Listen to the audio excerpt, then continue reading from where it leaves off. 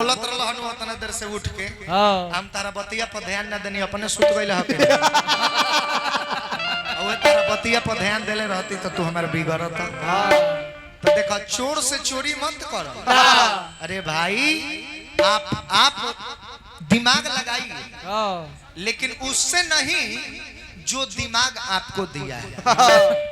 शंकर जी से वरदान पाक के तारकासुर चलो रहे भस्मासुर अजान जाए कि नारद जी सिखा दिहले नु कि जो ना हमरा के मार के का कर लेबे वरदान रहे कि जेकरा पे हाथवा ध दी उहे जड़ के भस्म हो जाई।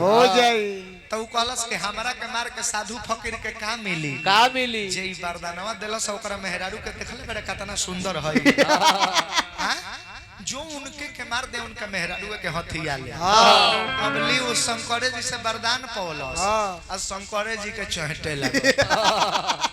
तो भाई जेकरा पास ई वरदान देवे के क्षमता बा ओ ग्रुप में और भी ऐसा लोग होई जेकरा पास ओकर कटित भी कोनो समस्या के समाधान होई उपाय होई। विष्णु जी रास्ते में घेर लेले उनके में विश्व मोहिनी रूप बना के कहले कि का जरूरी बा उनका के मारला के हम तारा संगे असही चले रेडी बनी। तो बौरा आदमी के मार के का करबो बेचारा तार का बिगड़ले बा तारा के तो वरदान दिहलस लेकिन उनका संगे हम रहनी तो ऐसे रहनी रहे खातिर कुछ लगाव चाहिए दिल के कनेक्शन चाहिए। उनका हम दीवानी बनी तो रहे नहीं उनका पास नृत्य कला बा तू नृत्य कला को के देखावो हम तोहरे संगे रह जाए। भस्मासुर तो घमंडी रहे कहता मुझे नृत्य आता है मुझे नृत्य नहीं आता है।